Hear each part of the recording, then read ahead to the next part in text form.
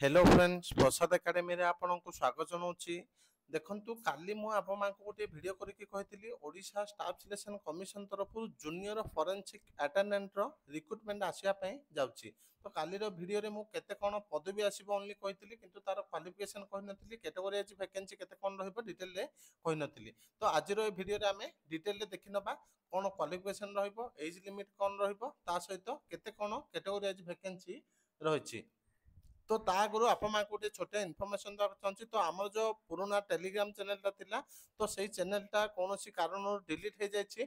तो जो मैंने न्यू चैनल रे जॉइन होगा चाहते से चैनल लिंक मो वीडियो डिस्क्रिप्शन दे देछि। तो आपण माने से लिंक को जाइए जॉइन हो पारे। ता सहित एबे चलंतु आमे डिटेल रे देखिबा जूनियर फॉरेंसिक अटेंडेंट रो क्वालिफिकेशन एज लिमिट आउ कैटेगरी एज वैकेंसी कौन रही। तो आपण माने जानी थिबे एई जो जूनियर फॉरेंसिक अटेंडेंट रो रिक्रुटमेंटटा बा पोस्टटा एप्रिल मासरे क्रिएट हेतिला। तो आपण माने देखि पारथिबे एटा 10 एप्रिल 2025। तो केते कोन पदवी क्रिएट हेतिला देखंतु 7 नंबर रे एटा होची लेवल 3 रो पदवी। तो मोट 60-70 पदवी क्रिएट हेतिला।